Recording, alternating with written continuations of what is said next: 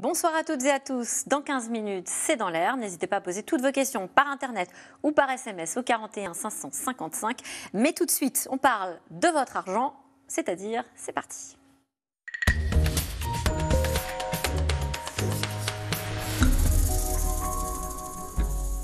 Bonsoir Marc Fiorentino. Bonsoir. Vous êtes spécialiste des placements et de la finance. Vos livres sont à chaque fois des best-sellers. Et voici le dernier en date qui atterrit sur notre plateau. Les meilleurs placements pour les nuls. Tous les conseils pour placer notre argent, épargner efficacement. Vous allez donc nous donner vos astuces. Et ça marche même pour les petites sommes, on va le voir. Absolument, ça marche pour tout le monde. Ça il faut le répéter. Les placements, ce n'est pas un problème de riches. Il y a 81% des Français qui ont un livret A, c'est-à-dire qu'il y a 81% des Français au moins qui doivent au moins consacrer quelques minutes par jour. Ils passent des heures sur les réseaux sociaux. Je les supplie de passer quelques minutes par semaine. 5 à 10 minutes par semaine pour se consacrer à leur argent. On ne peut pas dire j'ai pas le temps, ça ne m'intéresse pas. On n'a pas le droit, vous allez le dire, vous n'avez pas le droit. Oui, c'est vrai, parce que je fais partie de ces Français qui ne consacrent pas vraiment de temps à son épargne. Et vous m'avez convaincu qu'il faut s'y mettre. Les Français, en revanche, la majorité ont énormément épargné ces 2 dernières années. Alors, il y a ce chiffre absolument faramineux, 157 milliards d'euros en un an épargnés. D'où vient cet argent ? Parce qu'on sort d'une crise sanitaire, c'est complètement contre-intuitif. Alors, il faut bien comprendre qu'on est dans une situation totalement extraordinaire. Dans une crise, normalement, qu'est-ce qui se passe ? Dans une crise, on a des licenciements, on a des chutes d'entreprises, on a des faillites. Donc, le pouvoir d'achat des ménages baisse. Donc, l'épargne diminue. Ça, c'est logique. Là, ce n'est pas du tout ce qui s'est passé. C'est la première crise de toute l'histoire des crises. Donc, pour vous dire à quel point on vit l'histoire, c'est la première crise pour laquelle le pouvoir d'achat des ménages n'a pas baissé. Parce qu'il y a eu les aides gouvernementales, le financement du chômage partiel, les soutiens aux entreprises. Donc, qu'est-ce qui s'est passé ? Non seulement le pouvoir d'achat a été maintenu, donc le revenu a été maintenu, mais vous ne pouviez pas dépenser, puisqu'il y avait le confinement, et donc il y a eu une partie d'épargne forcée, c'est-à-dire vous êtes payé, mais vous ne pouvez pas dépenser, donc surépargne. Deuxième élément, bien évidemment, vous voyez une crise, même si le gouvernement a des aides, vous avez des inquiétudes sur votre avenir. Donc, vous avez l'épargne de précaution. Donc, on a le cumul de 2 phénomènes totalement dingues pour une période de crise. Une épargne de précaution et une épargne forcée. Alors, le truc, c'est qu'on n'épargne pas forcément comme il faut. Et alors, en vous lisant, on découvre que ce que vous disiez au début de cette émission, 80% des Français investissent en masse dans le livret A, alors que ça rapporte très peu. Ça rapporte 0,5%, l'inflation est de 2%, ça veut dire que tout l'argent que vous avez dans votre livret A, globalement, il perd de l'argent pendant que vous dormez. On disait, il ne faut pas gagner de l'argent en dormant. Là, on perd de l'argent en dormant. Alors, il y a bien pire que le livret A. Ah bon, c'est fait pour nous rassurer ? Je vais vous le dire, parce que je suis sûr que ça vous concerne et que ça concerne tout le monde. C'est que le premier placement des Français aujourd'hui, c'est le compte bancaire, c'est-à-dire qu'on laisse... Le compte courant. Le compte courant, c'est-à-dire que les gens laissent dormir. Alors évidemment, il y a des gens qui sont en situation de difficulté, il y a des découverts, mais pour les autres, on laisse tout simplement dormir son argent dans son compte en banque à 0% d'intérêt, plus des frais bancaires, c'est une aberration. Et en même temps, certaines personnes sont prudentes, on n'a pas forcément envie d'aller en bourse, etc. Alors, qu'est-ce qu'on peut faire pour épargner si on a un profil un petit peu prudent et modeste ? Je ne sais pas si on prend 100 €, l'exemple de 100 € par Absolument. exemple. Alors, si vous voulez, il y a effectivement, c'est intéressant ce que vous dites, parce qu'il y a cette idée qu'à partir du moment où je place mon argent, je prends des risques. C'est pas vrai du tout. C'est-à-dire qu'entre le livret A et le Bitcoin, il y a quand même un univers, à commencer par l'assurance vie. Par exemple, c'est plutôt un placement intéressant ? Évidemment que c'est un placement intéressant. C'est une exception française. Pour une fois, on a une exception française qui est positive. C'est une exception financière. Ça n'existe nulle part ailleurs. Vous avez un produit qui a une fiscalité extrêmement avantageuse en matière de transmission, en matière de plus-value, dans lequel vous pouvez mettre tout ce que vous voulez, vous pouvez le confier à un professionnel, vous pouvez le gérer vous-même, vous pouvez mettre de l'or, vous pouvez mettre des actions, vous pouvez mettre des fonds en euros. Le fonds en euros, c'est vraiment le produit sécuritaire par excellence. C'est un peu l'équivalent long terme du livret A. Parce que moi, je suis étonnée de ce que vous me dites. Si je peux continuer à investir sur une assurance vie, alors que les taux ont énormément baissé, on est passé de 5,30% en 2000 à 0,9% cette année. Alors, pas tout à fait. On est autour de 1,8% sur les fonds en euros en moyenne, mais 1,8% par rapport à 0, faites votre calcul, c'est déjà de l'argent. C'est-à-dire que la première étape, moi ce que j'essaye, c'est d'expliquer aux gens d'aller pas à pas. On ne va pas aller du jour au lendemain, du livret A ou du compte bancaire à la bourse. Donc on y va petit à petit. On passe du compte bancaire au livret A, première étape. Ceux qui le peuvent et qui en ont les moyens doivent remplir leur livret A. C'est toujours ça, c'est 0,5%. Puis on passe à l'assurance vie. Sur l'assurance vie, principalement le fonds en euros, mais on peut mettre un peu d'immobilier, on peut mettre plein de produits qui sont des produits sécuritaires. C'est-à-dire que pour l'instant, tout ce que je vous ai dit là, vous êtes dans un environnement garanti. Et puis après, en fonction de votre profil, parce que c'est ça qui est très important, c'est de bien définir son profil. Il ne faut pas rêver à être ce qu'on n'est pas. Vous n'allez pas être un trader, vous n'avez pas d'expérience dans la finance, donc vous n'allez pas vous lancer dans le trading des actions au quotidien. Donc vous devez adapter votre gestion très simplement à votre profil. Alors moi justement, en fonction de mon profil, je vais vous parler franchement, je suis allée voir du côté des 40-55 ans et alors là j'ai découvert que je devrais déjà être en train de m'intéresser à ma retraite. Oui, alors ça aussi, vous savez, ça vous vexe parce qu'on vous dit... Non mais c'est vrai que je n'avais pas anticipé à ce point-là, on a l'impression que c'est loin. Oui, alors vous voyez le débat qu'on a en ce moment, c'est un sujet d'actualité. C'est un sujet d'actualité. On sait très bien on est en retard de 2 réformes sur les retraites. Ça veut dire quoi? Ça veut dire que quand vous allez arriver à la retraite, dans très très longtemps, je confirme, dans très très longtemps, bien, il y a quand même une chance importante, ça c'est la mauvaise nouvelle, pour que vous n'ayez pas une retraite complète. D'accord. Pourquoi? Parce que la population vieillissant, il y a de plus en plus de gens qui sont inactifs par rapport à de moins en moins de gens qui sont actifs, puisque le taux de natalité est en baisse. Donc ça, jusque-là, c'est assez clair. Et alors la solution, c'est quoi? La solution, c'est en fait ce que font déjà les Français. C'est-à-dire que si aujourd'hui les Français surépargnent, c'est parce qu'ils ont peur pour leur retraite. C'est-à-dire que déjà aujourd'hui, les Français épargnent pour leur retraite. Et c'est pertinent. Et c'est pertinent. Alors ils ne le font pas très bien, mais ils le font. Ils font quoi d'abord? Ils considèrent que pour la retraite, la priorité, si on peut, c'est d'avoir un toit. Oui. Donc c'est l'achat de la résidence principale. C'est ça en fait le capital retraite des Français. On a raison. Oui, on a raison. Parce que ce n'est pas la question de savoir si ça va être plus cher, moins cher, si l'immobilier va baisser ou monter. C'est psychologique, ça vous rassure. Vous vous dites, quoi qu'il arrive, j'aurai un toit. Et ensuite, bien évidemment, une fois qu'on a fait cet effort-là, tout ce qu'on a en plus comme capacité d'épargne, et on ne parle pas de mettre 10 000 euros ou 5 000 euros, on parle, de mettre 100 euros par mois, 200 euros par mois, dans un produit aujourd'hui qui est un peu le deuxième miracle français après l'assurance vie.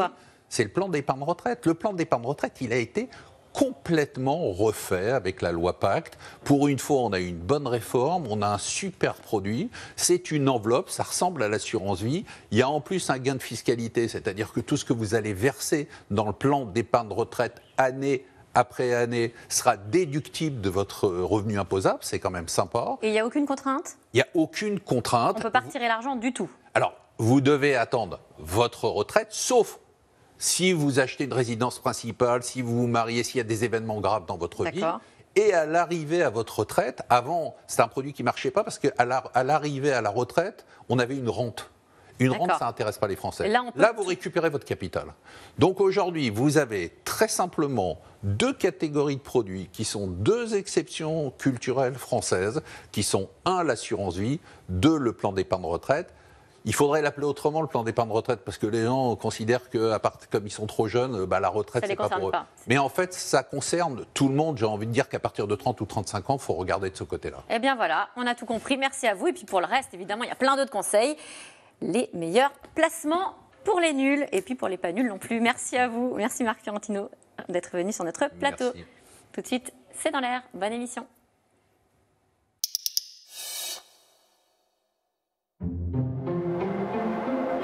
Vous avez regardé C'est-à-dire avec Quadro, intérieur sur mesure. C'était C'est-à-dire avec Onatera.com. La vitamine D, l'allié naturel de vos défenses immunitaires. Onatera, une nature, un corps.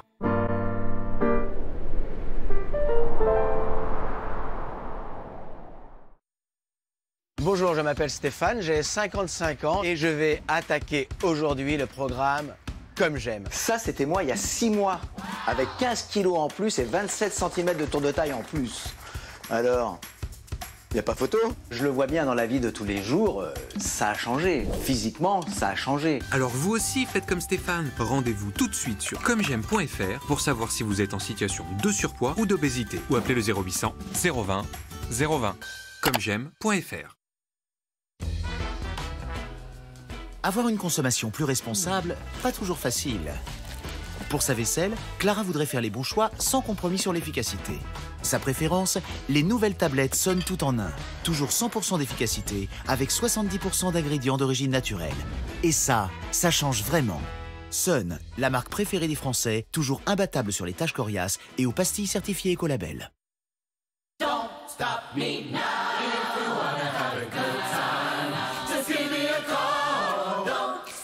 Bien entendre, ça change la vie. Audica. Et tu sais, sur Maxouti, on vend aussi des habits. Maxouti.com. Équipement, protection, habitat, bricolage, outillage professionnel. Écoute, si t'es bien comme ça... Maxouti.com. Max, on va faire un peu d'exercice. Quoi? Elle a parlé de saucisse? Oh non, pas de l'exercice. Je comprends pas. Il y a quelques jours, elle avait mal au genou. Et là, elle arrête pas. Qu'est-ce qui s'est passé? Voltaren Actigo 2% intense, une formule brevetée contenant un anti-inflammatoire non stéroïdien qui agit localement sur la douleur. Une application toutes les 12 heures pour soulager la douleur. Médicament indiqué en cas d'entorse légère ou contusion, ne doit pas être utilisé pendant la grossesse.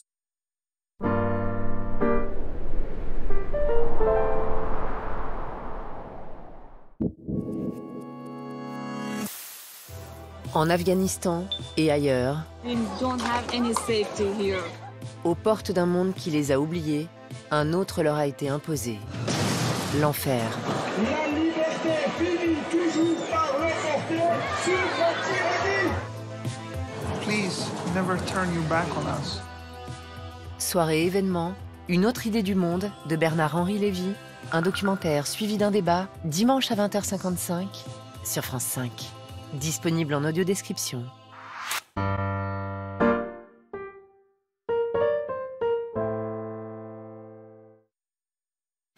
Vos yeux sont exceptionnels. Ils sont capables de distinguer des centaines de milliers de couleurs et des centaines de nuances de gris. Mais voilà, vous, ce que vous voudriez voir pour l'instant, c'est où commence et où s'arrête ce sac poubelle. Alors si vous avez plus de 40 ans, votre opticien Atoll vous offre un diagnostic Presbytie. Dispositif médical. Biogarant présente Monsieur D'où ça vient. Monsieur D'où ça vient veut savoir d'où viennent les choses.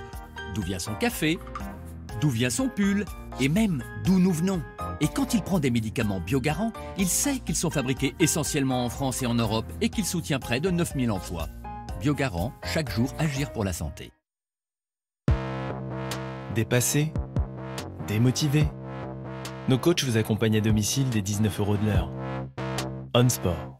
Le sport vient à vous. Décorative, fleurie, persistante, votre magazine Silence ça pousse vous explique tout sur les haies qu'on aime. Alors, Silence ça pousse, en vente chez votre marchand de journaux. Chez Triba, on adore écouter vos projets. Du 8 au 19 septembre, ce sont les portes ouvertes. Profitez de la pause offerte sur vos projets fenêtres, portes d'entrée et volets. Bonjour, je m'appelle Stéphane, j'ai 55 ans et je vais attaquer aujourd'hui le programme Comme j'aime. Ça, c'était moi il y a 6 mois, avec 15 kilos en plus et 27 cm de tour de taille en plus. Alors, il n'y a pas photo. Je le vois bien dans la vie de tous les jours, ça a changé. Physiquement, ça a changé. Alors vous aussi faites comme Stéphane. Rendez-vous tout de suite sur commej'aime.fr pour savoir si vous êtes en situation de surpoids ou d'obésité. Ou appelez le 0800 020 020. commej'aime.fr. Chez Aesio Mutuel, nous sommes un lien. Un lien qui en fait toujours plus pour vous. Comme de vous proposer des consultations médicales à distance, de jour comme de nuit.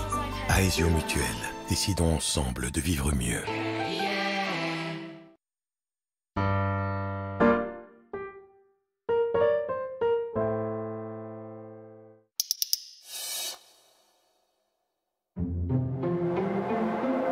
Installez-vous devant C'est dans l'air avec Quadro, intérieur sur mesure. Regardez C'est dans l'air avec onatera.com. 75% des Français manquent de vitamine D. La vitamine D, l'allié naturel de vos défenses immunitaires.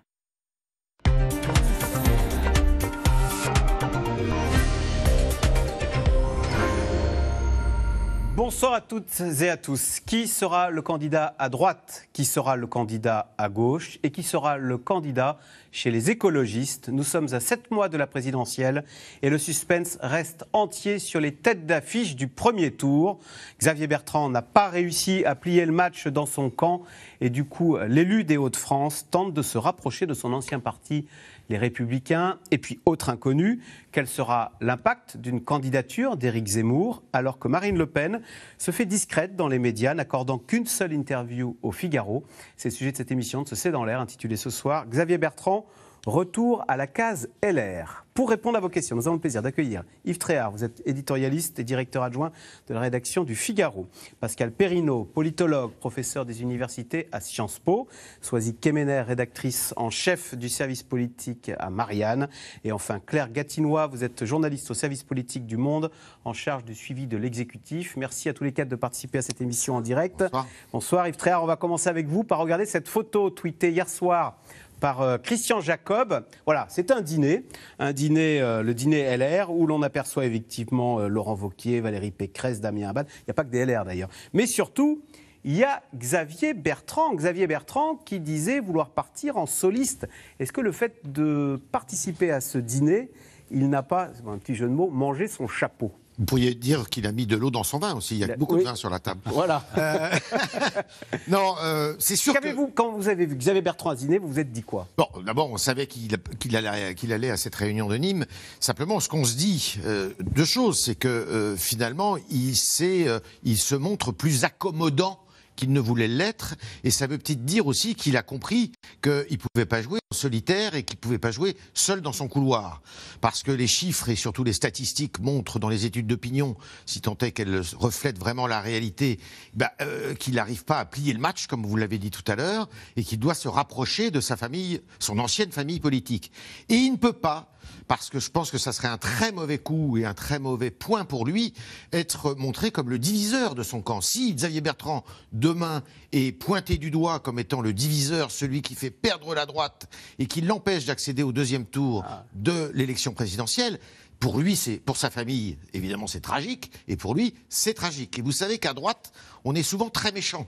Les bagarres et les luttes les luttes entre les chefs à droite sont toujours assez rudes. Donc là, pour la première fois, s'il se rapproche de son camp, s'il accepte peut-être, ça ne veut pas dire ça, mais s'il accepte de participer à cette primaire, parce qu'il a dit... c'est ce que c'est envisageable. Écoutez, il a dit qu'il ne voulait pas faire perdre son camp. Il l'a dit hier, donc ou ce matin plutôt. Donc ça veut dire que peut-être qu'il se résoudrait à participer à une espèce de forme de départage dont on ne connaît pas la règle encore, puisqu'elle sera décidée d'ici à 15 jours.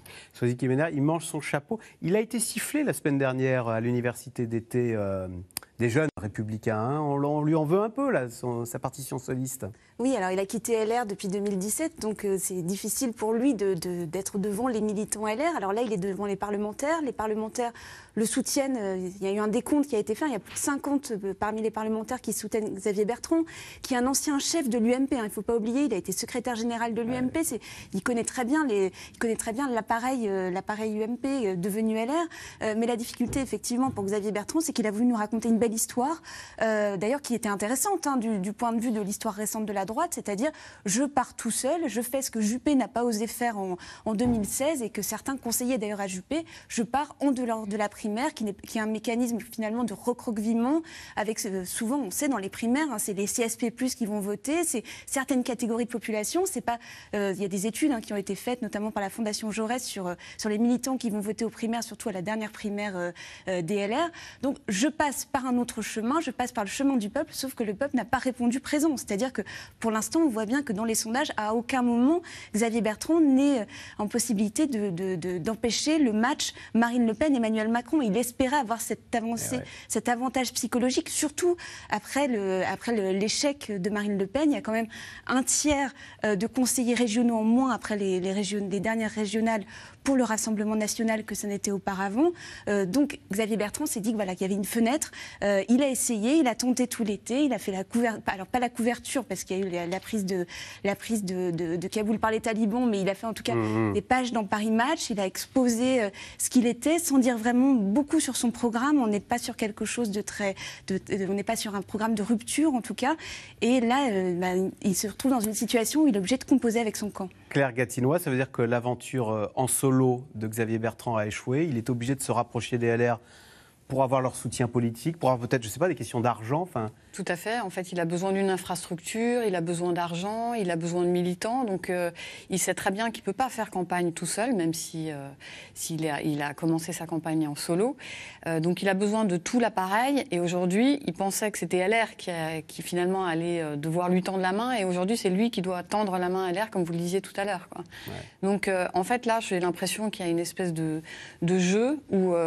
qui se joue essentiellement entre lui et Valérie Pécresse, pour savoir qui des deux, finalement, va plier le premier. Lequel des deux va renoncer. Parce que je doute encore, en fait, que Xavier Bertrand soit prêt à aller à une primaire à laquelle il pourrait tout à fait échouer, quoi. En tous les cas, Pascal Perrineau, s'il n'y a pas de chef naturel qui sort du combat à droite, est-ce que ça risque pas du coup d'être sale? Je dis ça parce que Valérie Pécresse au début avait pour adversaire Emmanuel Macron. On l'a entendu à Nîmes dire « choisissez-moi ». Genre, ne choisissez pas les autres. Est-ce qu'il n'y a pas le risque, du coup, à droite, ça se termine en pugilat? Parce que maintenant, c'est la bataille pour la survie. Hein. Écoutez, il n'y a pas 36 manières de choisir un candidat. Il y a l'autoproclamation. Hein, ça se pratique beaucoup. Emmanuel Macron va le pratiquer, Jean-Luc Mélenchon l'a pratiqué, etc. Il y a laisser la décision aux professionnels. C'est-à-dire les chefs de parti se réunissent, on discute avec les parlementaires, et puis on fait sa petite tambouille dans son coin.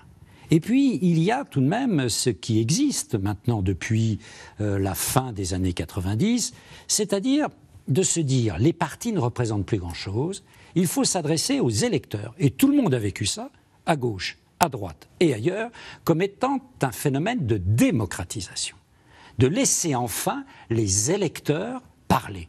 Parce que les électeurs, à la fin des fins, c'est eux qui font les victoires ou les défaites. Alors que les partis, c'est quoi? C'est quelques dizaines de milliers d'adhérents, hein, pas plus. Et très souvent, les partis ne sont pas représentatifs de leurs électorats.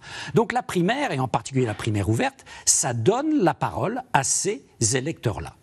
Au fond, le calendrier est assez clair à droite et au centre. Ils se sont dit, voilà, on va laisser l'été. Que Sans Fleurs s'épanouisse, et on va voir si un candidat naturel, le fameux candidat naturel, naît. De manière évidente, sauf surprise dans les jours qui viennent, il n'y a pas de candidat naturel.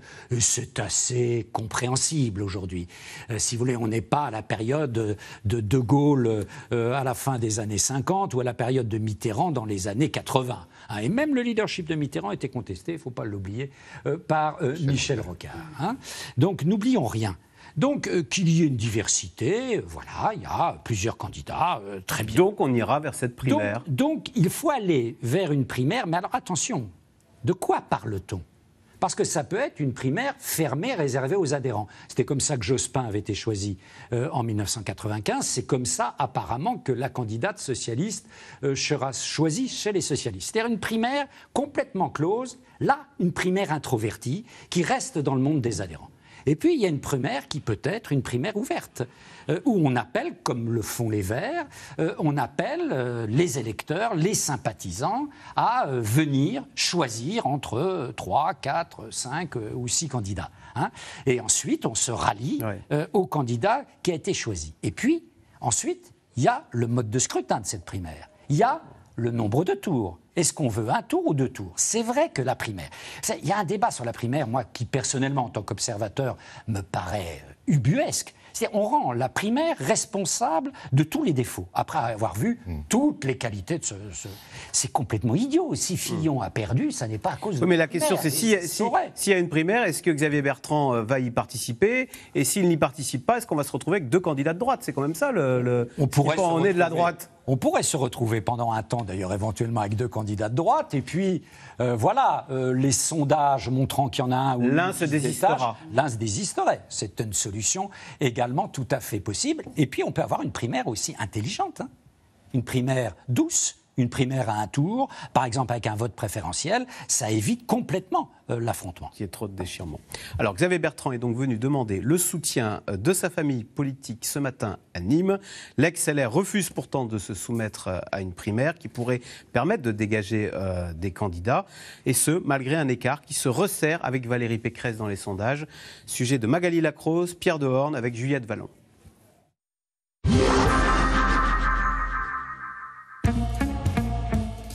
C'est sans aucun doute la photo politique de la semaine. Face à l'objectif tout sourire, les principaux candidats à droite, réunis hier soir autour d'un dîner. Mais à Nîmes, lors de ces journées parlementaires des Républicains, celui qui attire toute l'attention, c'est lui, Xavier Bertrand, venu comme les autres prétendants présenter sa profession de foi devant les députés. Opération séduction, même s'il continue à refuser la primaire. Je n'imagine pas gagner cette élection présidentielle sans le soutien et l'aide de ma famille politique. Vous connaissez ma position pour la primaire. Je n'en changerai pas. Xavier Bertrand, droit dans ses bottes, mais bien obligé de montrer patte blanche à son ancien parti. Lui qui est aujourd'hui talonné par Valérie Pécresse dans les sondages, mais surtout bien conscient qu'il aura besoin de l'appui des Républicains pour espérer l'emporter. Hier à Nîmes, côté militant, on rêve surtout réconciliation. Quel plaisir de vous retrouver. Il faut arrêter de se diviser et il faut se dire que si on veut gagner, justement, il ne faut pas refaire les erreurs qu'on a pu faire dans le passé, quoi. Il y a beaucoup de militants qui ont tellement envie de ne pas voir un match Macron-Le Pen qu'ils seront prêts, sans état d'âme, je crois, à voter pour celui qui émergera. 6 candidats sur la ligne de départ à droite. Tous rêvent de s'inviter dans le duel que personne pour l'instant n'arrive à faire mentir dans les sondages. Emmanuel Macron contre Marine Le Pen. La présidente du Rassemblement national qui vient de dévoiler son affiche de campagne et qui passe à l'offensive dans la presse hier. En plus de la nationalisation des autoroutes, elle fait également cette proposition. Nous sommes une grande démocratie. A-t-on encore besoin d'un audiovisuel public de cette taille ? Marine Le Pen, présidente, Radio France et France Télévisions pourraient donc être privatisées pour rendre aux Français leur redevance.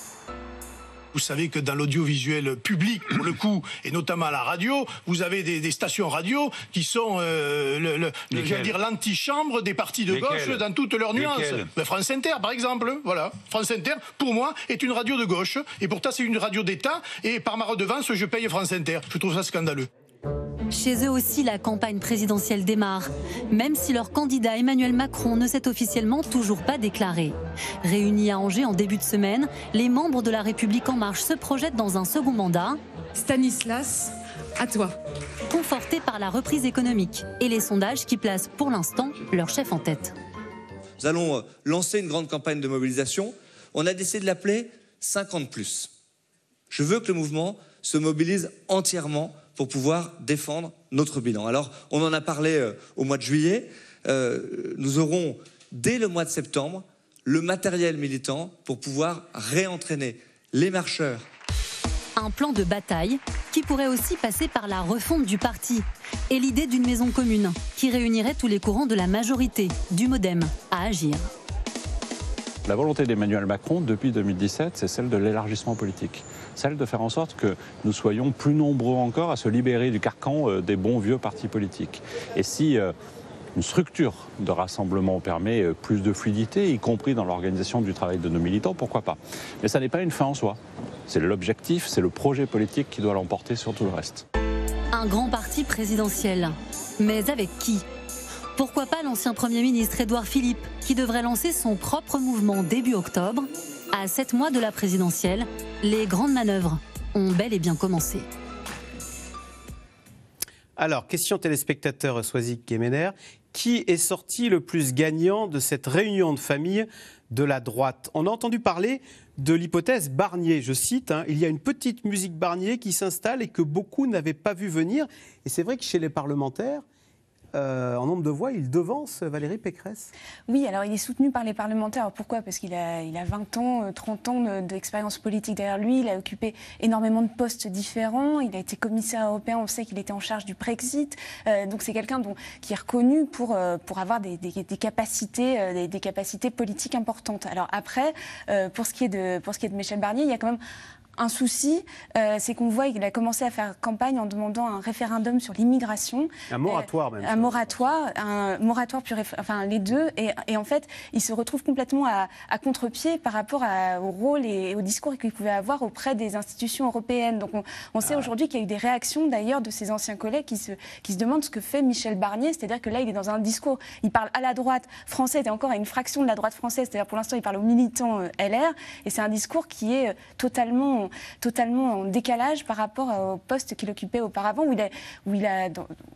c'est quelqu'un de très respecté en Europe, Michel Barnier. Donc c'est vrai que là, pour l'instant, certains considèrent qu'il a une stature, qu'il a le physique pour être président. C'est ce qu'on entend aussi auprès des militants LR. Mais je pense que c'est plutôt un moment Barnier qu'autre chose. Ce ne sera pas comme François Fillon, qui était le 3e homme et qui a terminé en tête. C'est pour ça qu'on se dit rien n'est joué. Hein. Alors c'est vrai, mais il faut que cette primaire ait lieu. Dans quelles conditions? Vous le disiez tout à l'heure, rien n'est fixé pour l'instant. On en saura plus le 25 septembre. Donc c'est encore très flou pour l'instant. Yves Tréhard, c'est vrai que Michel Barnier s'était fait remarquer avec ses propos très forts contre l'immigration. Est-ce que ce thème de l'immigration, la droite ne risque-t-elle pas de se le faire voler avec Éric Zemmour, qui, dit-on, pourrait présenter sa candidature dès ce week-end d'ailleurs? Non, c'est sûr qu'Éric Zemmour, c'est un peu son fonds de commerce. L'immigration, c'est un des thèmes qu'il cultive à l'envi et qu'il mettra très probablement en tête, j'y dirais, de ses discours, parce que maintenant, ça fait guère de doute qu'il sera candidat à l'élection présidentielle.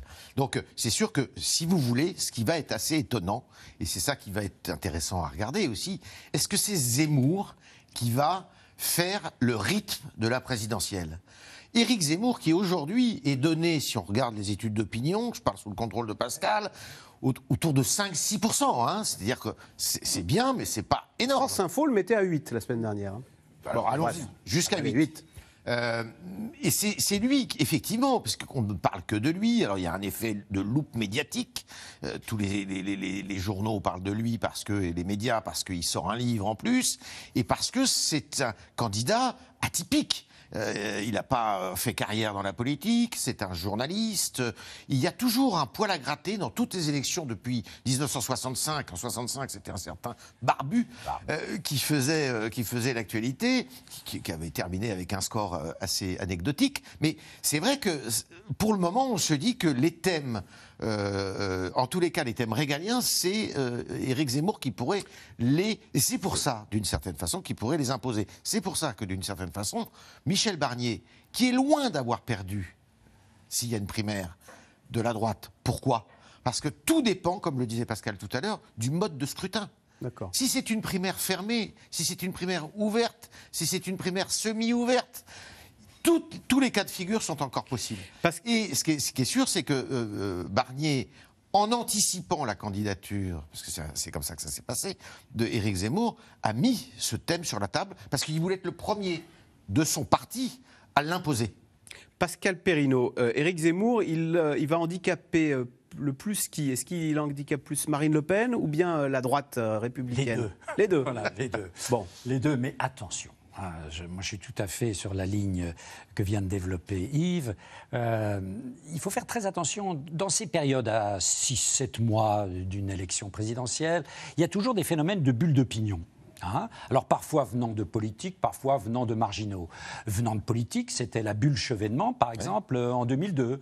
Il y avait eu le succès. Mais Chevènement, on dit qu'il a fait perdre Lionel Jospin. Oui. Donc comme quoi, les bulles, quand elles éclatent... Les bulles, quand elles éclatent, les morceaux peuvent coûter cher. Il y avait Taubira aussi. Il y a des fragments, il y avait Taubira, etc. Donc il y a des phénomènes de bulles, mais ensuite de bulles qui peuvent se dégonfler. Hein, parce que l'opinion... Avoir une opinion favorable, être intéressé par un individu, ça ne veut pas dire qu'on va voter pour lui. Le comportement électoral obéit vraiment à d'autres logiques. Mais c'est vrai qu'en termes d'agenda, il y a un effet d'agenda. Il va l'annoncer d'ailleurs, sa candidature, là? Oh, écoutez, c'est assez probable. C'est assez probable.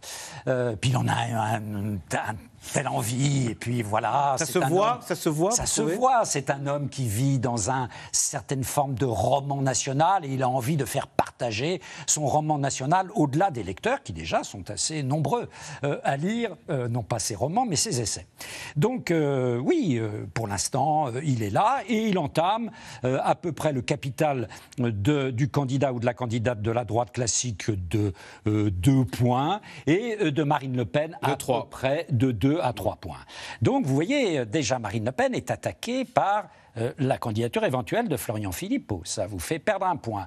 Par la candidature de Nicolas Dupont-Aignan, hein, bon, ça peut vous faire perdre 1,5 point, etc. C'est comme ça que lorsque vous êtes au-dessus de la barre des 20, vous pouvez vous retrouver en dessous de la barre des 20% d'intention de vote, et là, vous devenez une candidate fragile. Et là, le jeu peut s'ouvrir. Hein, et un troisième ou une troisième peut s'inviter, d'autant plus que c'est le désir des Français. Les Français, faute de mieux, aujourd'hui, confinés démocratiquement, comme je dis, ils vous disent, bon voilà, j'ai pas la tête à ça, on va reprendre les mêmes, puis on recommence. Est-ce que ça vous plaît, un second tour? 2 tiers des Français disent non.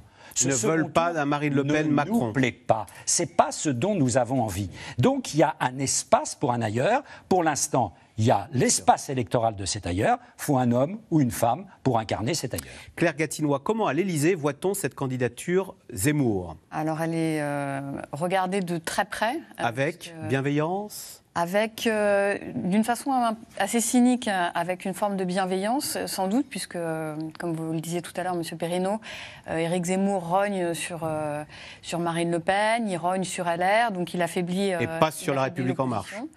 Non, pas du tout. Mais en même temps, il fait aussi assez peur. Parce que vous disiez, il y a des bulles qui se dégonflent et puis il y a des bulles qui gonflent. On l'a vu à l'international. Les hommes de télé, ça peut impressionner. On l'a vu Zelensky en Ukraine, on a vu Trump aux États-Unis. C'est des choses aujourd'hui qu'on a du mal à maîtriser, en fait. Comment est-ce que cette candidature va avancer? Alors aujourd'hui, à l'Élysée, on se dit... C'est un homme de télévision, il n'est pas armé pour la politique, qui est quand même un sport de combat. Il intervient à la télévision sans véritable contradicteur. Est-ce qu'il sera capable de tenir un discours et d'être aussi solide pendant la campagne? Voilà, c'est toutes les inconnues. Et alors, même question, Soisy Kemener, mais pour Marine Le Pen, comment voit-elle cette candidature d'Éric Zemmour? On imagine mal. Et quel impact ça aura sur Marine Le Pen et sa ligne politique? Alors on voit bien que la rentrée de Marine Le Pen, elle est très fébrile, hein, justement, parce qu'auparavant, elle était au-dessus de la barre des 20%. Alors, pas en tête des sondages, hein, puisqu'Emmanuel Macron est à présent en tête des sondages, mais on voit bien ça, les courbes se croisent en permanence. Hein. Mais là, la question pour Marine Le Pen, c'est justement de rester celle qui n'est pas discutée. Donc il y a eu le problème des régionales, et maintenant il y a un nouveau problème, c'est le problème Zemmour. Et ce qui est intéressant à voir, c'est que derrière la candidature Zemmour, il y a beaucoup de jeunes qui sont mis en avant, qu'on voit sur les plateaux télé, mais il y a aussi des anciens du RN qui ont fait sécession, c'est-à-dire qu'ils ne veulent plus entendre parler de Marine Le Pen, qui ont été très déçus par le débat de second tour. Dans Le Monde, on lit, je vous coupe, excusez-moi pour aller dans votre sens, elle se chiraquise, elle est entrée dans le système. Voilà, et donc l'idée pour eux, c'est de défendre Zemmour, non pas pour gagner avec Zemmour, mais pour faire perdre Marine Le Pen et pour tourner une page de ce côté-là de l'échiquier politique. Donc elle sait bien qu'elle a un gros problème avec Éric Zemmour, d'autant qu'il commence à distiller des petites phrases peu agréables. La semaine dernière, c'était « elle ne peut pas gagner ». Donc elle sait qu'il y a beaucoup de gens finalement de l'intérieur du RN qui sont maintenant aux côtés d'Éric Zemmour. Alors il y a des gens qui sont beaucoup promenés sur cette partie-là, par exemple Paul-Marie Couteau, mais Paul-Marie Couteau va faire partie de ceux, il avait déjà dévoilé la liste des lectures qu'il avait obligé Marine Le Pen à faire pour parfaire sa culture générale, ce qui était assez humiliant pour elle, ça c'était il y a quelque temps déjà, mais voilà, il y a des personnages comme ça qui vont jouer un rôle finalement, qui vont faire beaucoup de mal à Marine Le Pen pendant la campagne, et donc elle le sait, elle essaie de garder son leadership, mais toute la difficulté c'est qu'elle a renié une partie de ce qui faisait sa différence, c'est-à-dire, on sait bien, sortie de l'euro, sortie de l'Union européenne, elle a essayé de devenir présentable, présidentiable, mais quitte à se découvrir à la droite de la droite. Elle est entrée dans le système, elle se chiraquise, voilà, c'est ce que disait cet ancien du Rassemblement National dans Le Monde cet après-midi, visiblement déçu. Yves Tréhard. Oui, non, je pense que Marine Le Pen joue très gros dans son entrée en campagne. Parce qu'elle a été très plutôt silencieuse pendant l'été. Elle a... c'est vrai, eu un printemps ou une fin de printemps, un début d'été très désagréable avec les régionales qui ont quand même été, d'une certaine façon, un échec. Et accrédite l'idée qu'elle ne peut pas gagner et contester. J'ai envie de dire que le Rassemblement National est un parti, c'est un malade qui s'ignore. En interne, le Rassemblement National est extrêmement divisé. extrêmement divisé entre ceux qui épousent, je dirais, la nouvelle ligne de recentrage de Madame Le Pen. Effectivement, on ne sort plus de l'euro, on ne sort plus de l'Europe, on a un ton beaucoup plus, je dirais, courtois, on est plus dans une conversation de bonne aloi, alors qu'avant, elle était quand même systématiquement très agressive, moins souriante. Et puis, il y a ceux qui disent, justement, elle est en train de banaliser le parti et elle va nous banaliser, nous faire perdre parce que la singularité du Rassemblement national n'existe plus. Et elle est prise en tenaille entre ces deux lignes, d'autant qu'on a toujours dit, ça c'est Éric Zemmour qui l'a dit aussi parmi les premiers, elle n'a pas d'alliés. C'est-à-dire que sa stratégie de recentrage, c'était pour aller chercher les alliés, c'est pour aller chercher M. Dupont-Aignan, c'est pour aller chercher des Républicains, c'est pour aller chercher des gens qui n'étaient pas dans son parti. Et le résultat était négatif, puisque le résultat des régionales, c'est justement des anciens Républicains qui n'ont pas gagné. Dans les régions... Thierry Mariani, ça a été la grosse claque, ça. Mariani, la défaite de Thierry Mariani. Ah oui, c'était... Mariani surtout, c'était une très grosse claque. Donc, dans le Nord aussi, ça n'a pas marché. C'est un ancien... Sébastien Chenu est un ancien républicain. Tout ça a complètement... a pas marché. Et donc, là, elle est à un carrefour... Enfin, je dirais, à une période compliquée. Et... Vlati pas, si vous me permettez l'expression, qu'il y a Zemmour qui débarque.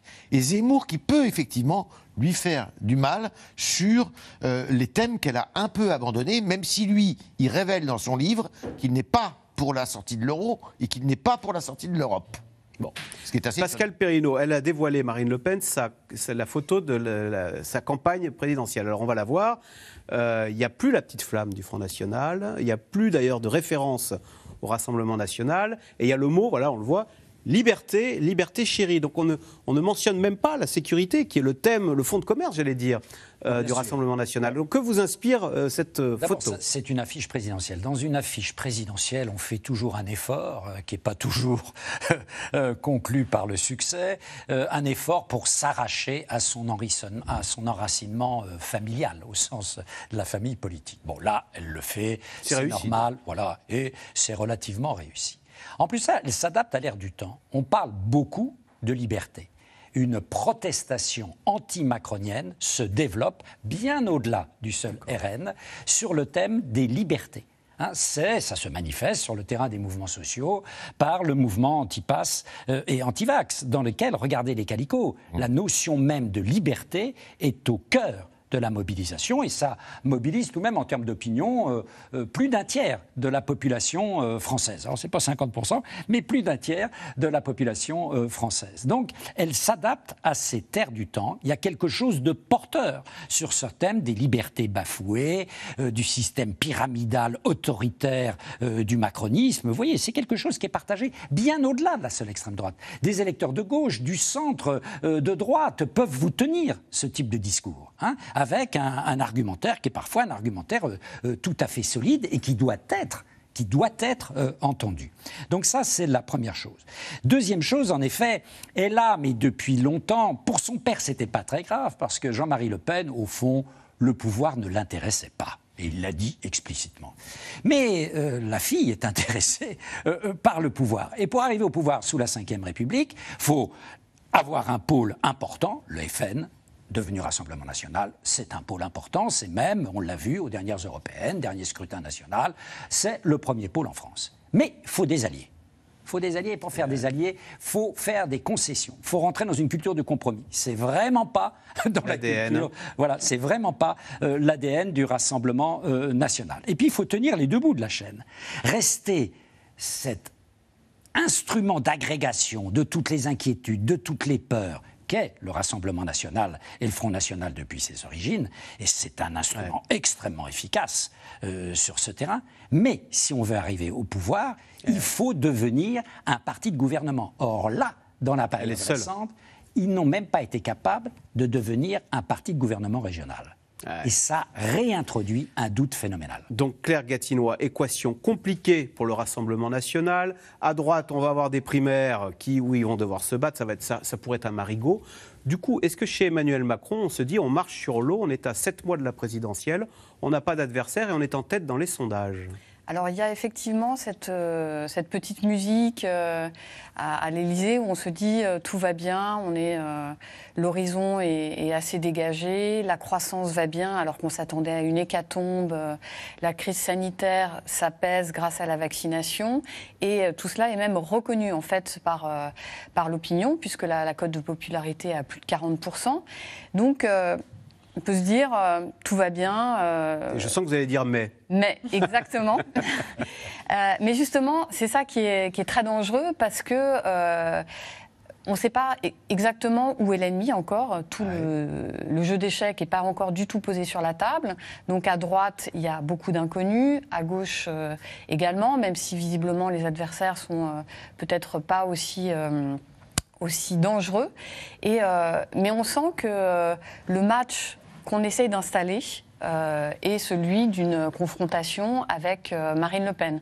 Quand on voit au fur et à mesure des interviews les responsables de la Macronie dire « nous incarnons le camp de la République, de la raison, nous incarnons les artisans du progressisme contre les déclinismes », on sent qu'ils s'adressent quand même à une opposition qui est ultra radicale et qui est extrême. C'est le match que l'on souhaite à l'Élysée parce qu'on le connaît et on se dit qu'il n'y aura pas trop de mauvaises surprises. On le souhaite quand même, mais en tout cas, c'est celui que visiblement on essaie d'anticiper. En calcul politicien, il est jouable. Alors, du côté du PS, puisqu'on parlait des adversaires pour le premier tour, du côté du PS, la route vers la candidature semble toute tracée pour Anne Hidalgo. La maire de Paris devait se déclarer officiellement dimanche, sans avoir à affronter de réelle concurrence au sein de son parti, même si il y a Arnaud Montebourg qui a finalement décidé de se lancer en solo dans la course à la présidentielle. Sujet de Léa Dermidjian et David Lemarchand. Vous êtes mon idole et je peux vous dire que je voterai pour vous. C'est vrai? Ah oui, merci beaucoup. si vous vous présentez. Si je me présente, c'est pas encore fait, mais merci beaucoup. Anne Hidalgo candidate en 2022. C'est le vrai faux suspense qui anime la gauche depuis des semaines. Officiellement, la maire de Paris n'est pas encore candidate. Ça a tout l'air d'un début de campagne, Madame Hidalgo. C'est pas mon premier déplacement, j'en ai fait beaucoup, je suis allée un peu partout. Et c'est vrai que les marchés sont toujours des lieux que j'aime, où on rencontre les producteurs, les clients. Donc appelez ça comme vous voulez. Mais dans le monde si merveilleux des marchés, il y a aussi des citoyens, leur analyse de la politique et leur franchise. Moi, je voterai pour vous. Merci.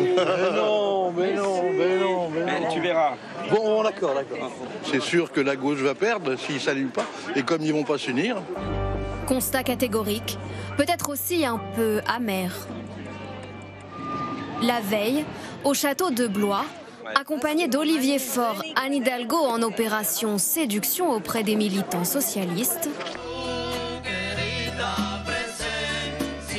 Elle, qui s'est souvent fait discrète dans ces événements, joue le jeu cette année. On a un peu perdu nos repères, mais on n'a pas perdu nos valeurs. On n'a pas perdu nos valeurs, et c'est à partir de cela qu'il nous faut construire l'avenir. Nous sommes vraiment au pied du mur ou à la croisée des chemins. Le choix que les Françaises et les Français vont devoir faire est un choix décisif. Car la maire de Paris le sait, sans le parti, pas de victoire. Il faut donc reconquérir ces militants déçus, désabusés après l'échec de 2017. Pour Anne-Juliette Tillet, militante de 66 ans, l'urgence aujourd'hui, c'est le projet plus que le candidat. J'ai 41 ans de Parti socialiste, donc j'ai le droit d'avoir des exigences. J'ai le droit d'être déçu et de penser qu'il faut peut-être un petit peu plus se bouger pour arrêter cette fracture qu'on est en train de vivre avec les gens qui ne se retrouvent pas dans les partis politiques, qui n'ont plus envie d'aller voter, qui ne sont plus séduits par ce qu'on leur raconte. On a la gauche la plus bête du monde. Je ne comprends pas qu'on ne soit pas capable de se rassembler. Le rassemblement, l'ancien socialiste Arnaud Montebourg n'a pas l'intention d'y participer. Le week-end dernier, dans sa ville natale, il se déclare candidat directement à l'Élysée. Pas de parti et donc pas de primaire pour lui. Il y a beaucoup de candidats, mais il n'y a pas de projet. Ça, c'est la première chose. Deuxièmement, il n'y aura pas de candidature unique. Donc moi, mon camp, c'est la France. C'est pas seulement la gauche, c'est la France. Et mon projet est un projet inclassable et inédit. Et de ce point de vue-là, il s'adresse à tous les Français. Cette candidature en dehors du PS pourrait-elle gêner Anne Hidalgo? Car à gauche, la liste est déjà longue. Du communiste Fabien Roussel à l'insoumis Mélenchon en passant par le candidat des Verts. Les proches de la maire de Paris le reconnaissent. Trop de candidats, c'est la défaite assurée. Cette gauche au confetti est mortifère. Dire si le 10 avril 2022, si bien sûr il y a les 500 signatures obtenues par chacun des élus locaux, la gauche est à 6 ou 7 candidats, voilà, on sera éliminé. Je le dis très simplement. Et les 25 à 30% de Français qui croient dans la gauche aujourd'hui se retrouveront à regarder un duel qui passera au-dessus de leur tête. Selon les derniers sondages, Anne Hidalgo recueille 9% des intentions de vote, au coude à coude avec Yannick Jadot et Jean-Luc Mélenchon. Soisy Kemener, dans le reportage, on a entendu un sympathisant dire « Je voterai pour vous au second tour, mais vous n'y serez pas ». C'est terrible, ça. Les électeurs de gauche n'y croient plus. Comme Benoît Hamon, d'ailleurs, qui vient de rendre son tablier d'arrêter la politique. Oui, tout en restant pour l'instant conseiller régional d'Île-de-France. Mais pour ce qui est d'Anne Hidalgo, c'est vrai qu'il y a une interrogation sur ce qu'elle veut exactement. Est-ce qu'elle veut être candidate à la présidentielle ou bien est-ce qu'elle le sera? Mais est-ce qu'elle veut l'Élysée ou bien est-ce qu'elle veut le leadership à gauche pour bâtir sur les décombres? Parce que c'est ça la question aujourd'hui, effectivement. C'est ce que dit Patrick Kanner, le sénateur Patrick Kanner, dans ce reportage. C'est-à-dire qu'ils sont en confetti de ce côté-là de l'échiquier politique. Donc comment se mettre d'accord? Alors déjà, il va y avoir une clarification après la primaire écologiste, puisqu'on saura qui est le candidat de ce côté-là et avec qui il pourrait éventuellement s'entendre. Alors ça pourrait l'arranger si c'était l'un plutôt que l'autre. Alors c'est vrai que si c'était Yannick Jadot, par exemple, c'est un gros problème pour Anne Hidalgo, parce qu'il n'y a pas vraiment de différence aux yeux des électeurs. Avec cette difficulté, en plus, l'Obs avait fait un sondage il y a quelque temps qui permettait de voir que les électorats ne s'additionnaient pas. C'est-à-dire qu'on ne pouvait pas avoir Hidalgo plus Jadot, ça faisait pas un effet à gauche. Pas 9 et 9, 18. Enfin, c'était il y a quelques... 8 et 8, 16. Alors, c'était il y a quelques mois, donc ça n'a pas été refait récemment. Mais ce qui est sûr, c'est que si c'est Yannick Jadot, c'est un problème pour elle parce qu'ils sont à peu près sur les mêmes créneaux, raisonnables sur l'économie, une écologie, mais avec des solutions qui ne sont pas obligatoirement radicales. En revanche, si c'est un pur, mais qui va faire 2%, genre Sandrine Rousseau... Voilà, Sandrine Rousseau, on regarde par exemple du côté de la France Insoumise, et si c'était Sandrine Rousseau, on pourrait discuter avec elle, éventuellement s'agréger et faire un peu ce qui a été fait finalement à la dernière présidentielle. Alors ça n'a pas fonctionné entre Yannick Jadot et Benoît Hamon. On se souvient, Yannick Jadot s'était retiré du jeu au profit de Benoît Hamon, ça s'était terminé un peu plus de 6%. Question téléspectateur Yves Tréhard, pourquoi les partis de gauche n'arrivent-ils plus à se réunir? Parce qu'en plus, il faut ajouter donc Jean-Luc Mélenchon, qui en est à sa 3e candidature et qui, c'est vrai, l'a écrédité de 8-9. C'est lui qui fait la course en tête. Pourquoi ils n'arrivent pas à se réunir? C'est la question que tout le monde se pose, mais je crois que plus vous êtes faible dans l'opinion, moins vous arrivez à vous réunir. Parce que justement, chaque sensibilité cherche et se dit qu'elle a un coup à jouer, que c'est peut-être elle qui va gagner. Vous voyez? Et c'est vrai que si vous prenez, on risque, je dis bien on risque, hein, c'est pas fait, mais qu'à l'élection, au premier tour de l'élection présidentielle dans 8 mois maintenant, on est 7 candidats qui se réclament de la gauche. Entre Madame Hidalgo, qui se réclame de la social-démocratie, qui est représentante du Parti socialiste, Monsieur Montebourg, d'un héritier lointain de Jean-Pierre Chevènement, 2 candidats, c'est sûr, d'extrême gauche, anticapitalistes, Madame Artaud, Monsieur, et le candidat Mélenchon, le candidat communiste Roussel. Enfin, il y aura beaucoup de monde au portillon, parce que tout le monde imagine que, et moins vous êtes fort, plus vous êtes divisé. C'est ça qui est terrible. Aujourd'hui, la gauche en France, dans les études d'opinion, représente 30% de l'opinion française. C'est moins qu'avant? Mais attendez, vous vous rendez compte qu'elle pesait du temps il y a 10 ans, elle était à 50%. Donc elle est plus petite et ils se partagent un gâteau plus petit. Plus nombreux. Voilà. Et alors, il faut quand même raison garder et se méfier. En 2007, alors que Nicolas Sarkozy écrase le match, vous avez un philosophe qui s'appelle Bernard-Henri Lévy et qui dit que la gauche, reprenant une formule de Sartre, est un grand cadavre à la renverse. Et en 2012, qui est-ce qui gagne? Monsieur François Hollande, qui était dans l'imagerie populaire, Monsieur 3%. Donc ça, alors vous allez me dire, il y a eu l'accident Dominique Strauss-Kahn. Mais il faut toujours se méfier quand même des pronostics qui sont toujours un peu hasardeux. Ce qui est sûr, c'est que Madame Hidalgo, et je suis tout à fait d'accord avec Soisy, si c'est Jadot qui gagne la primaire des écologistes... C'est pas bon pour elle. C'est très mauvais pour elle, parce qu'ils vont d'une certaine façon s'annuler. Pascal Perrineau, alors justement, les sondages peuvent se tromper. Anne Hidalgo, elle va faire son annonce de candidature, dit-on, depuis Rouen, pour essayer de se déparisianiser. Oui. Elle a des atouts, c'est une mère, elle est aux manettes depuis... Grand Quevilly, la terre de Laurent Fabius. Laurent Fabius. Voilà. En effet, vous savez, la gauche a toujours beaucoup aimé manier les références historiques. C'était Mitterrand qui renvoyait, en effet, à Jaurès et à Léon Blum. Bon, là, on renvoie à des choses que les électeurs connaissent mieux. Laurent Fabius, bien. Mais il faut bien voir que Anne Hidalgo a certes un avantage, c'est la maire, en effet, de la ville phare française qu'est Paris, mais cette ville, c'est une ville particulière. C'est une ville aussi qui est caractéristique des mutations de la gauche et de l'affaiblissement de la gauche. C'est une gauche qui est une gauche bourgeoise. Paris n'est pas une grande ville populaire, ça se saurait.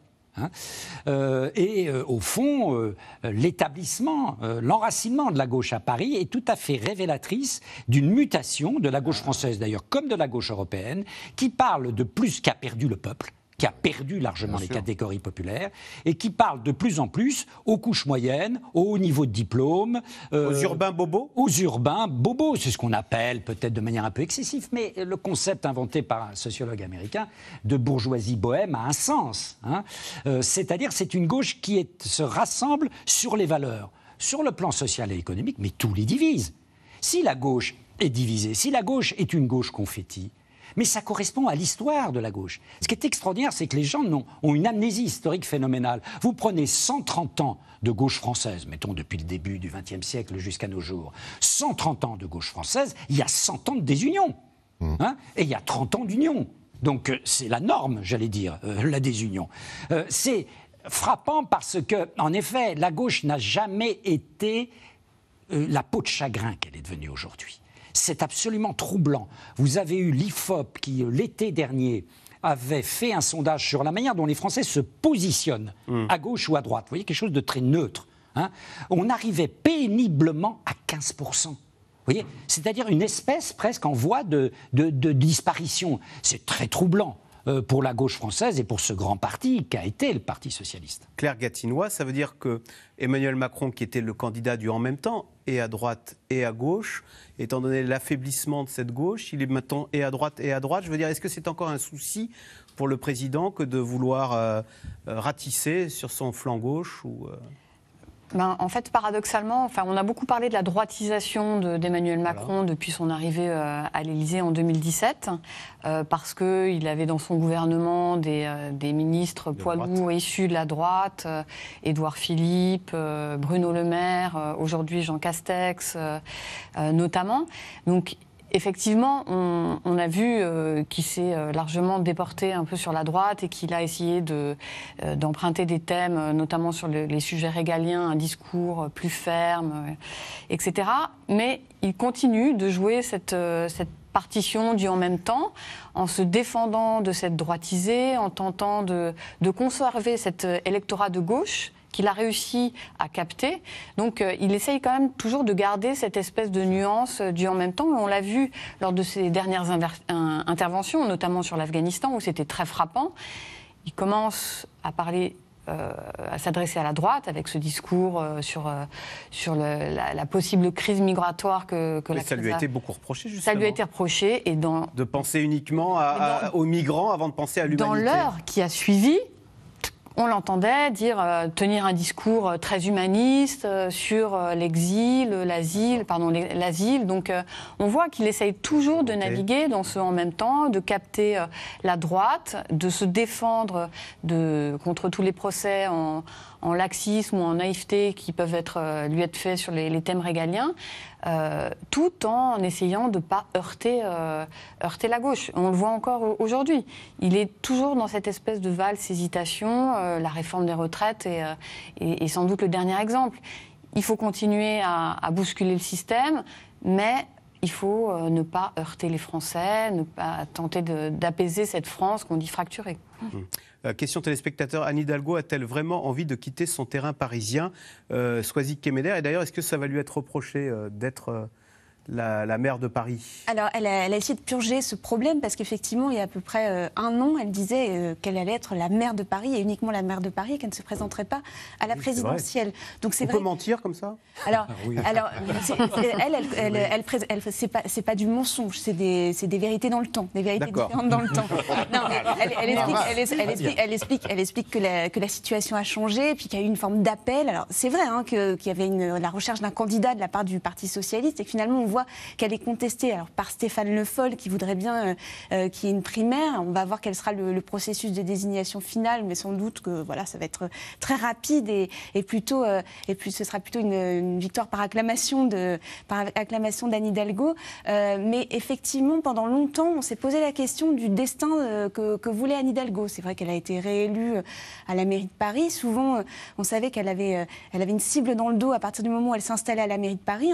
Beaucoup s'y sont cassés les dents. Alors, Nathalie Kosciusko-Morizet, on ne s'en souvient plus, mais ça fait longtemps, elle avait été candidate en 2014 face à elle.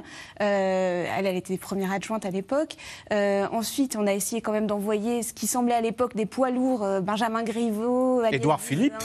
Il a été question de... Donc, il y a eu des tentatives, et puis elle a résisté. Alors donc, forte de ces combats-là, et puis forte aussi de ce qu'elle sent dans l'opinion. C'est-à-dire que finalement, on voit bien d'ailleurs autour d'elle, elle est soutenue en grande partie par le PS, puisque Olivier Faure la soutient, mais en même temps, c'est des maires qu'elle a derrière elle. Donc elle essaie d'installer comme ça une espèce de république des maires, avec Johanna Roland de Nantes qui la soutient, Martine Aubry, bien entendu, une figure historique du PS, Mathieu Klein à Nancy. Donc elle essaie de se constituer une nouvelle garde en disant, voilà, c'est le PS, mais c'est pas tout à fait le PS, c'est aussi des nouveaux visages.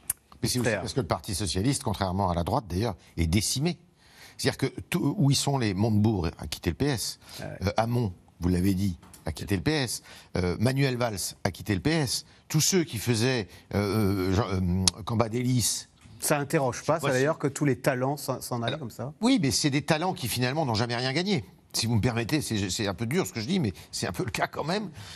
Voilà. Et ils ont déserté. Alors il y a une nouvelle... Effectivement, il y a un socialisme... Il faut toujours regarder ça de près. Il y a un socialisme municipal qui est très intéressant et qui a émergé à la faveur aussi d'une féminisation du parti qui s'est renforcée, alors que c'était un des points faibles du Parti socialiste. Et ça, c'est intéressant. Mais vous savez, moi je suis assez d'accord.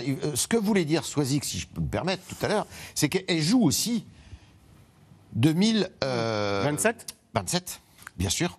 Elle joue 2027. Si je peux rebondir là-dessus, effectivement, parce qu'il y aura les Jeux Olympiques. Elle peut acquérir un crédit supplémentaire là-dessus. Elle peut essayer de jouer le tour d'après, tout à fait, qui lui donnera une assise pour la 2027. En attendant, pour les Verts, jusqu'ici, tout va bien. Les débats télévisés sont apaisés, pas de candidature dissidente et plus de 70 000 inscrits pour le vote. Alors Yannick Jadot, on le sait, il est considéré comme le candidat le plus centriste et il fait la tête dans les sondages. Paul-Rémy Barjavel et Emmanuel Bach l'ont suivi sur le terrain à Lyon. Vous pouvez vous inscrire jusqu'au 12 septembre pour choisir la candidate ou le candidat de l'écologie. Le même message martelé par Yannick Jadot pendant toute sa déambulation à Lyon. Inscrivez-vous vite parce qu'après on oublie. Ça marche, d'accord. Merci. Tout le monde peut voter. Tout le monde peut voter. Convaincre le maximum de personnes de participer à la primaire des écologistes. Le défi des Verts pour être crédible au niveau national. Tout le monde est concerné par l'écologie. Il n'y a qu'à voir l'enchaînement du chaos climatique cet été. Donc il faut s'emparer de cette primaire, que ce soit à la fois un choix fort, un choix légitime, et surtout que ça soit une belle rampe de lancement pour l'élection présidentielle. Les écologistes sont-ils en train de gagner leur pari ? 72 000 inscrits pour l'heure à la primaire, dont 86% de non-adhérents. Un record. Yannick Jadot part avec une longueur d'avance, largement en tête dans les sondages auprès des sympathisants.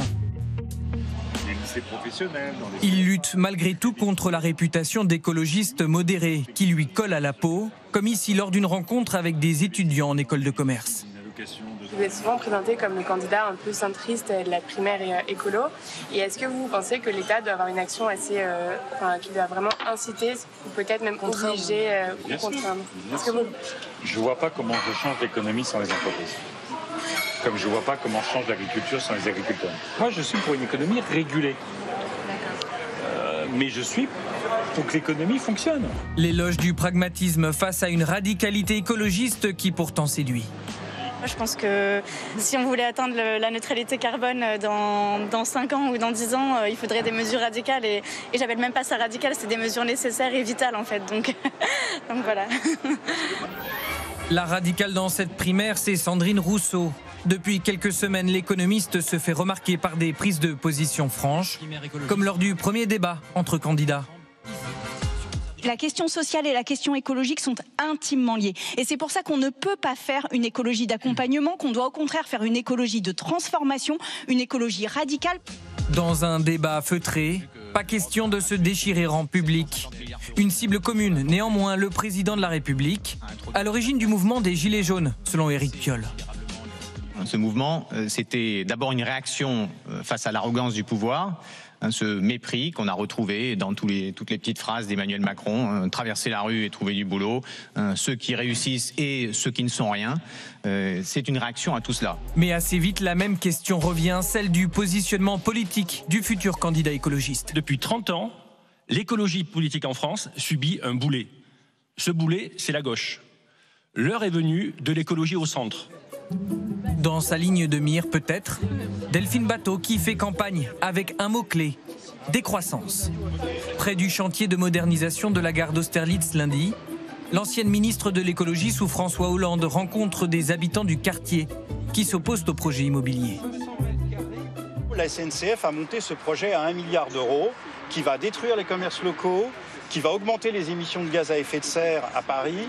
Donc on nage dans l'absurde. Illustration selon Delphine Batho de ce qu'il ne faut pas faire. La décroissance, selon elle, doit être au centre de la primaire.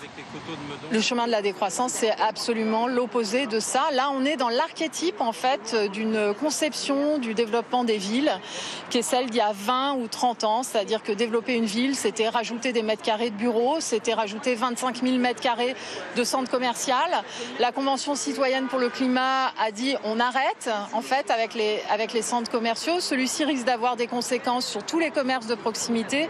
C'est une aberration. Quel que soit le nom du vainqueur, le candidat écologiste se situe pour le moment entre 7 et 8% d'intention de vote au premier tour de la présidentielle.